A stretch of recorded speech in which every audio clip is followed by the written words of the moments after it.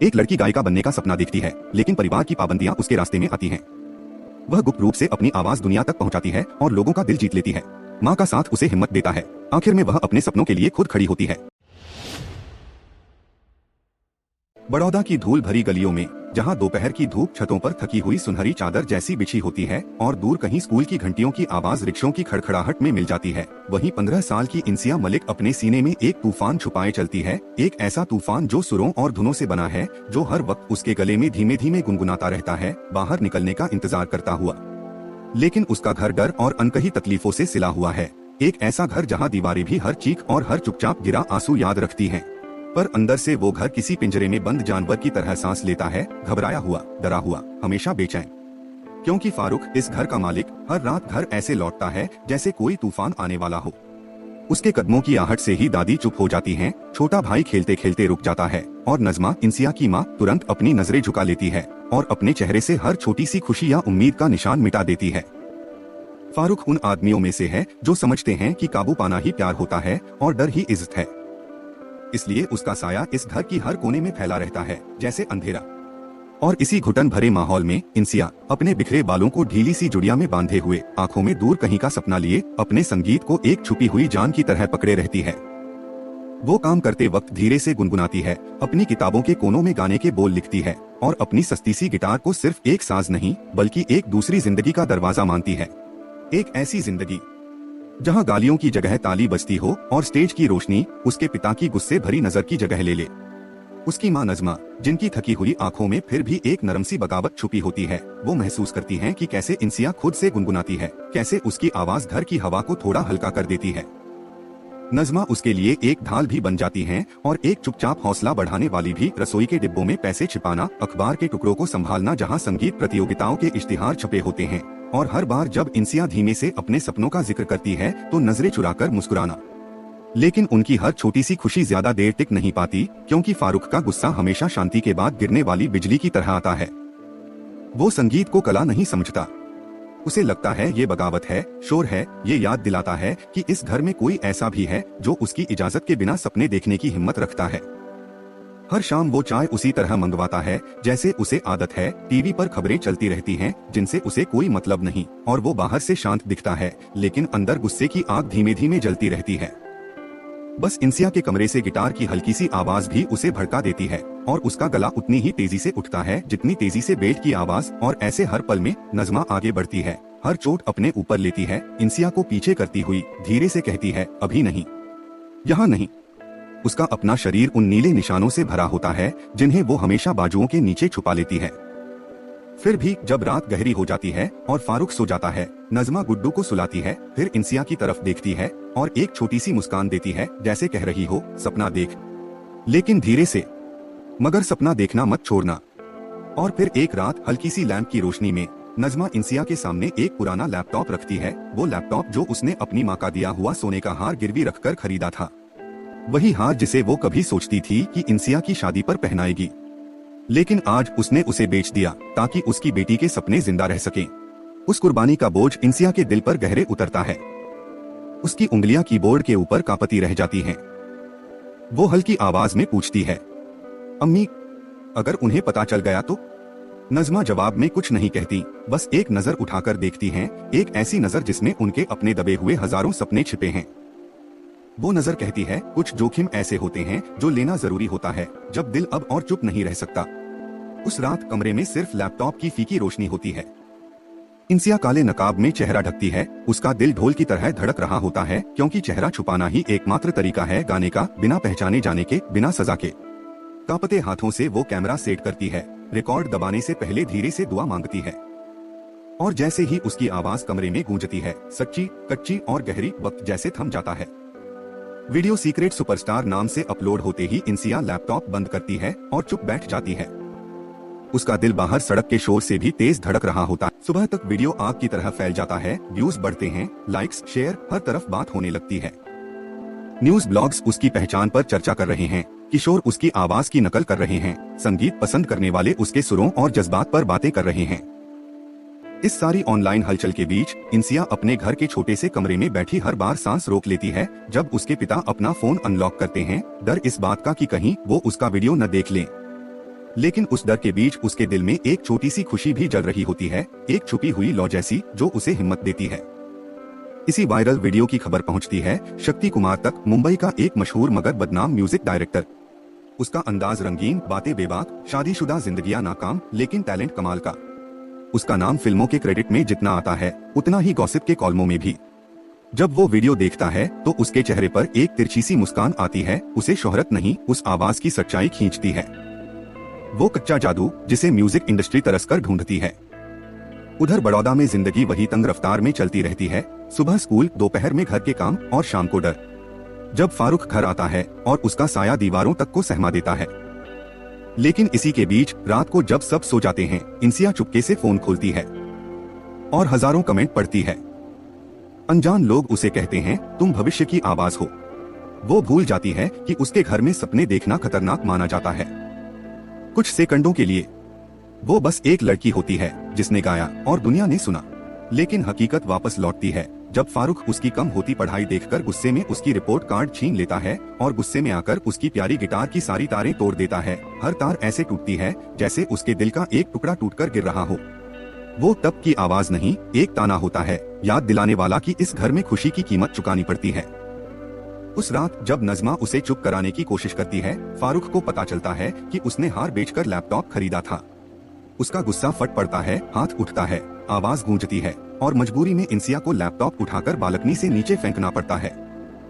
नीचे टूटते हुए लैपटॉप की आवाज, जैसे उम्मीद भी टूट गई हो।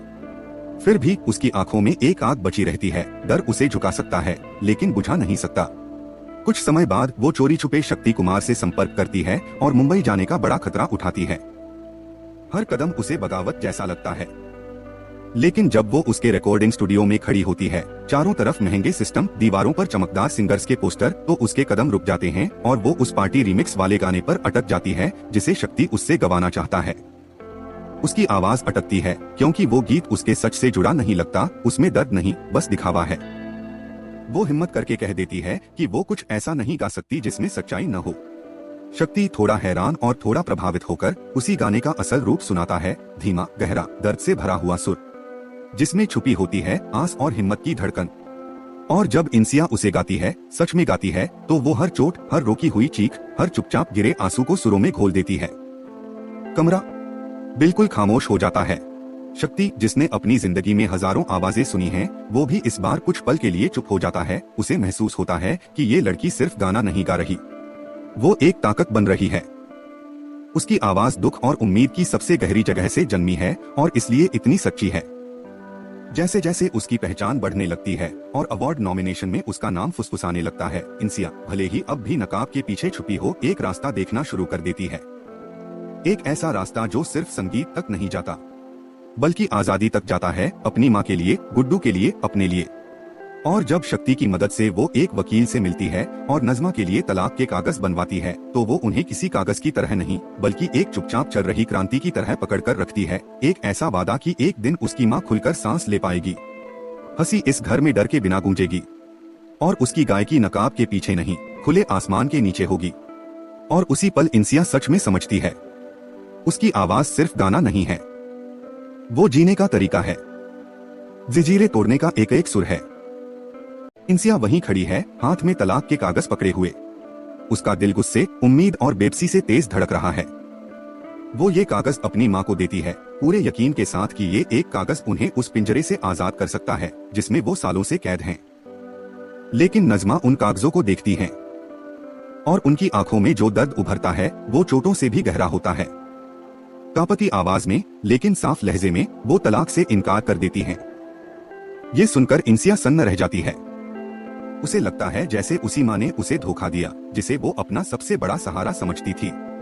वो सोचती है, क्या उसकी माँ आजादी से ज्यादा दर्द को चुनती है? क्या वो एक जालिम आदमी के लिए अपने बच्चों का भविष्य कुर्बान कर देगी? ये एहसास उसे अंदर तक तोड़ देता है। उसकी आंखें ठंडी हो जाती हैं, शब्द तेज हो जाते हैं और वो गुस्से में फट पड़ती है। उसकी तकलीफ अब रोकना मुश्किल हो जाता है।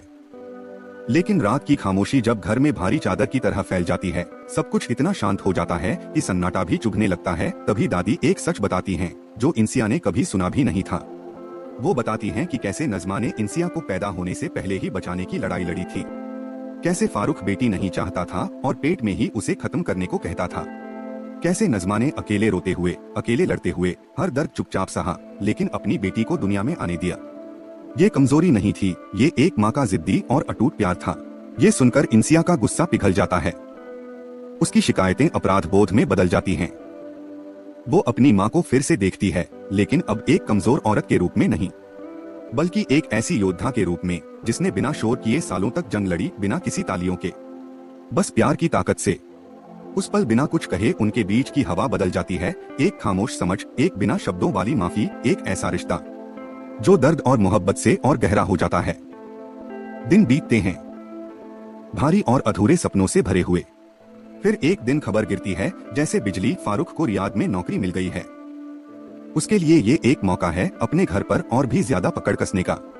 वो बहुत आराम से कहता है कि वहाँ जाकर वो इंसिया की शादी अपने दोस्त के बेटे से कर देगा, जैसे किसी सौदे की बात हो। ये सुनकर इंसिया के अंदर की आखिरी रोशनी भी बुझ जाती है। वो अंदर से सुन्न हो जाती है, जैसे उसकी रूह का पूरा उजाला एक ही पल में खत्म हो गया हो। और फिर दिल पर पत्थर रखकर वो अपना YouTube चैनल डिलीट कर देती है। वही जगह जहां उसकी आवाज आजाद थी, जहां वो एक बंद पिंजरे की लड़की नहीं बल्कि एक चमकती हुई स्टार थी।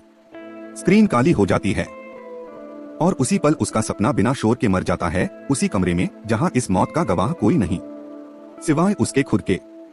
वक्त किसी का इंतजार नहीं करता और जल्दी ही वो दिन आ जाता है, उसके इम्तिहानों का आखिरी दिन। ये दिन खुशी का होना चाहिए था, राहत का, लेकिन इंसिया के लिए ये ऐसा लगता है जैसे उसकी जिंदगी की गिनती खत्म हो रही हो। फारूक का रियाद का टिकट कंफर्म हो चुका है और उसकी जिंदगी को सूटकेस में बंद करके कहीं दूर फेंक देने की तैयारी है, सपनों को पीछे छोड़कर। वो सब एक कैदी की तरह अपने बैग पैक करते हैं, फ्लाइट में बैठते हैं। सब कुछ बहुत शांत चलता है, बहुत ज्यादा शांत, जैसे किसी बड़े तूफान से पहले की खामोशी। मुंबई एयरपोर्ट पर जब उनका ट्रांजिट होता है तो लोग आजादी से चलते, हंसते, जीते हुए दिखते हैं और उनके बीच इंसिया अपना सामान घसीट रही होती है। तभी फारूक की नजर पड़ती है गिटार केस पर। वो आखिरी चीज जो इंसिया की पहचान है, उसका संगीत है, उसकी रूह है। और वो बेरहमी से कहता है, अतिरिक्त फीस नहीं दूंगा, इसे कूड़ेदान में फेंको। ऐसे बोलता है जैसे कोई बेकार सामान हो, जैसे उसकी कला, उसकी आजादी, उसके सपने बस एक फालतू बोझ हो। इंसिया वहीं जम जाती है। उसके हाथ केस के हैंडल को कसकर पकड़े रहते हैं। आंखें भर आती हैं, लेकिन वो खुद से वादा कर चुकी है, अब उसके सामने नहीं रोएगी। और तभी नजमा आगे आती है। उसकी आवाज में वो सब घाव बोल पड़ते हैं जो सालों से चुप थे। वो साफ सख्त आवाज में कहती है, नहीं। और ये नहीं सिर्फ एक शब्द नहीं, ये एक तूफान है। वो सबके सामने उसे चेतावनी देती है। अगर उसने दोबारा हाथ उठाया, बच्चों को डराने की कोशिश की, उन्हें रोकने की कोशिश की, तो वो सबके सामने उसका सच खोल देगी, उसकी नकली इज्जत मिट्टी में मिला देगी, यहाँ तक कि उसकी रियाद की नौकरी भी छिनवा देगी।